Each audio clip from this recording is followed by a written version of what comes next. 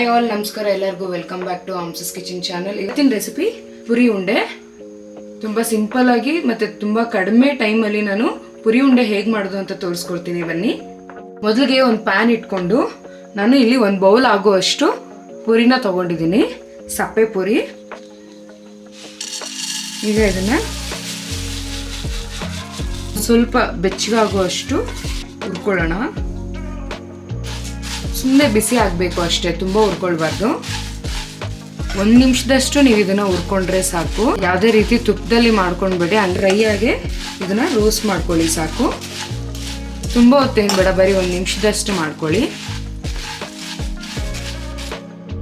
ಒಂದು ಪ್ಲೇಟ್ಗೆ ಟ್ರಾನ್ಸ್ಫರ್ ಮಾಡ್ಕೊಳ್ಳೋಣ.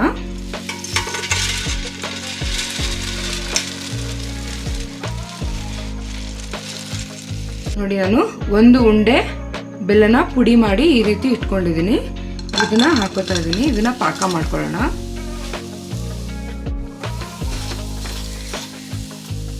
ಯಾವಾಗಲೂ ಅಷ್ಟೇ, ಬೆಲ್ಲ ಪಾಕ ಮಾಡ್ಕೋಬೇಕಾದ್ರೆ ಫ್ಲೇಮು ಲೋ ಫ್ಲೇಮಲ್ಲಿ ಇರಬೇಕು.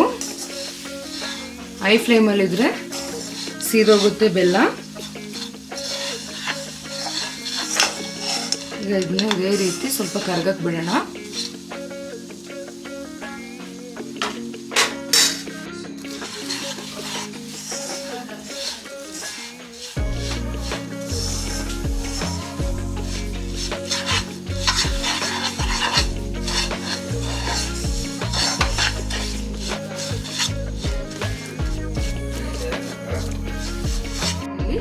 ಒಂದು 1/4 ಸ್ಪೂನ್ ಅಷ್ಟು ಏಲಕ್ಕಿ ಪುಡಿನ ಹಾಕೋತಾ ಇದ್ದೀನಿ.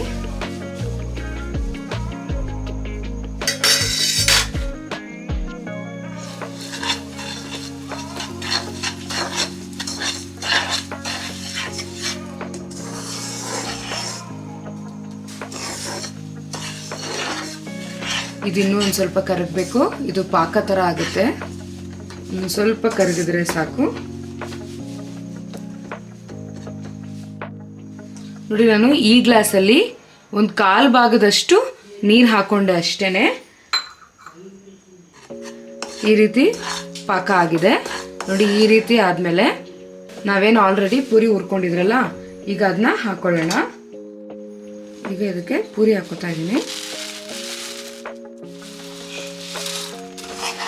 ಮಿಕ್ಸ್ ಮಾಡ್ಕೊಳ್ಳೋಣ.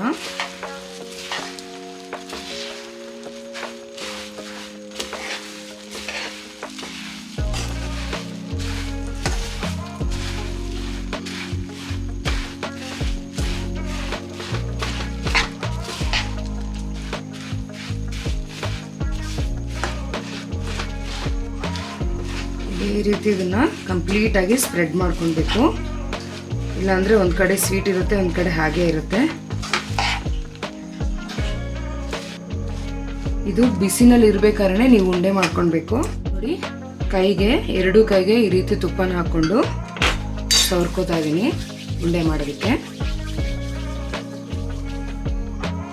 ಈಗ ಒಂದು ಸ್ವಲ್ಪ ತಣ್ಣಗಾದ್ಮೇಲೆ ಇದನ್ನ ನಿಮ್ಗೆ ಯಾವ ಶೇಪ್ ಬೇಕೋ ಆ ಶೇಪು ಉಂಡೆ ಮಾಡ್ಕೋಬೋದು. ಇದು ತುಂಬ ಸ್ವಲ್ಪ ಗಟ್ಟಿಯಾಗಿ ಇದನ್ನ ಸ್ಕ್ವೀಸ್ ಮಾಡ್ಕೋಬೇಕು. ಆವಾಗಲೇ ಅದು ಕ್ಲೀನಾಗಿರುತ್ತೆ, ಇಲ್ಲಾಂದರೆ ಉದುರೋಗುತ್ತೆ.